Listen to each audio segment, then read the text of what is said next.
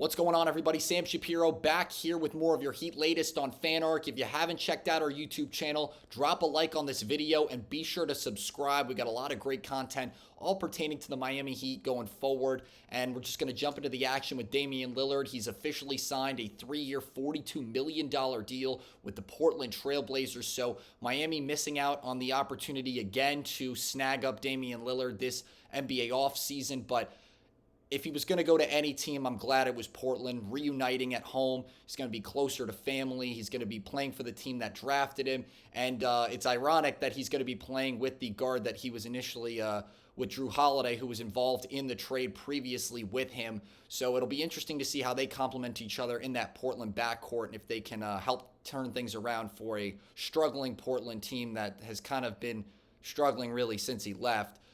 I feel like also the days that he would have came to Miami and kind of really contributed to a championship run at this point have passed. If he came to Miami on a 3-year, $42 million deal, so to speak, I don't necessarily think he would have helped Miami be title contenders or even would have really put them into a conversation to do that. I think those days had long passed when Jimmy Butler, unfortunately, decided to leave to Golden State. But when Butler was recruiting him, I think that team would have had a decent shot of at least making a conference finals appearance, maybe potentially a finals appearance. And if they were playing a team like Dallas in the NBA Finals, could have stood a better chance of maybe bringing home another ring for Miami. But that Denver team was also pretty tough. So I don't want to go out and say Jimmy Butler and Damian Lillard and Bam Adebayo would have 1,000% beat the Denver Nuggets in the NBA Finals, because that's just not true. They would have definitely stood a better chance than the team without Lillard would have, but I think the days of that potentially being a scenario had kind of came and went, so it almost made a little bit sense that Lillard didn't end up in South Beach this past year, and he would have not necessarily been able to even play this season. So at the bare minimum, we would have spent 1 year worth of that contract just being a veteran guy in the locker room, showing young guys like Yaku Chones kind of the ropes a little bit, and how to maybe be better outside scorers, playmakers, and how to just carry yourself like a professional. So happy to see him go back to Portland, but also a little upset to see Miami miss out on another superstar guard. If they want another point guard, Westbrook's still on the table. I kind of talked about that previously last week. I don't think that would be the worst idea in the world, but I can't say that I'm bawling my eyes out that Damian Lillard will not be playing in the 305 this season, or probably for the foreseeable future at this point, now that he's voiced interest in going there twice and he hasn't gone there twice. So best of luck to Lillard back in Portland, and I'm excited to see him go home. That reunion's going to be very special, especially that first game back. Moving over to some more free agency buzz. Talks with Jonathan Kaminga are heating up. I might have spoke too soon last week about him not getting dealt by the end of July because Phoenix is trying to make a move on this two-way player. Very, very interesting to see if he ends up playing in Phoenix. I know they probably need a shooting guard, small forward like him now, especially that Bradley Beal's not going to be playing in Phoenix next year. He's went to the Clippers pretty recent. Well, he went to the Clippers just a few days ago.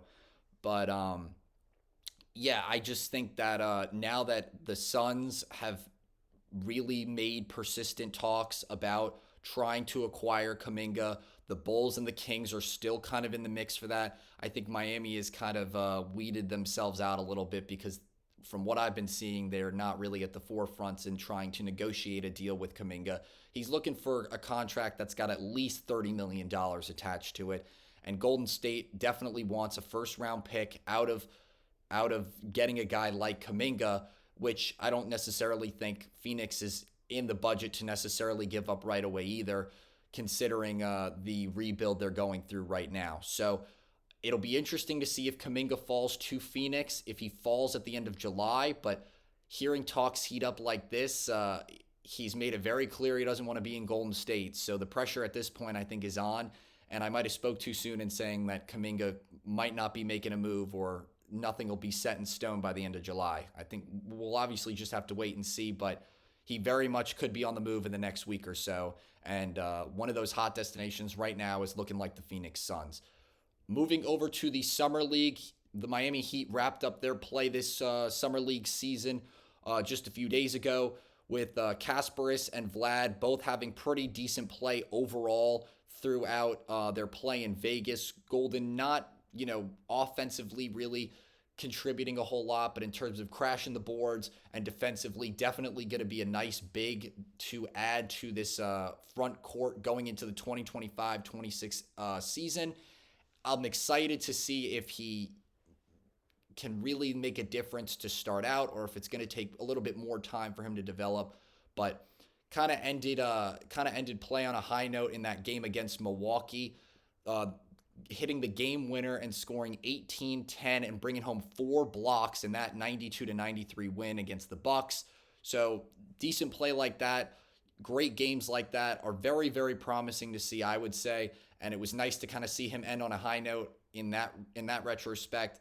In terms of Yaku Chonas, I actually didn't realize he had been averaging 15 points a game on roughly 45% shooting since going to Vegas. He really struggled in California, not being able to, I think, hit a three-pointer at all. So to see him, I don't know if it was the change of scenery made that much of a difference on his play, but I mean, he started hitting shots a lot more.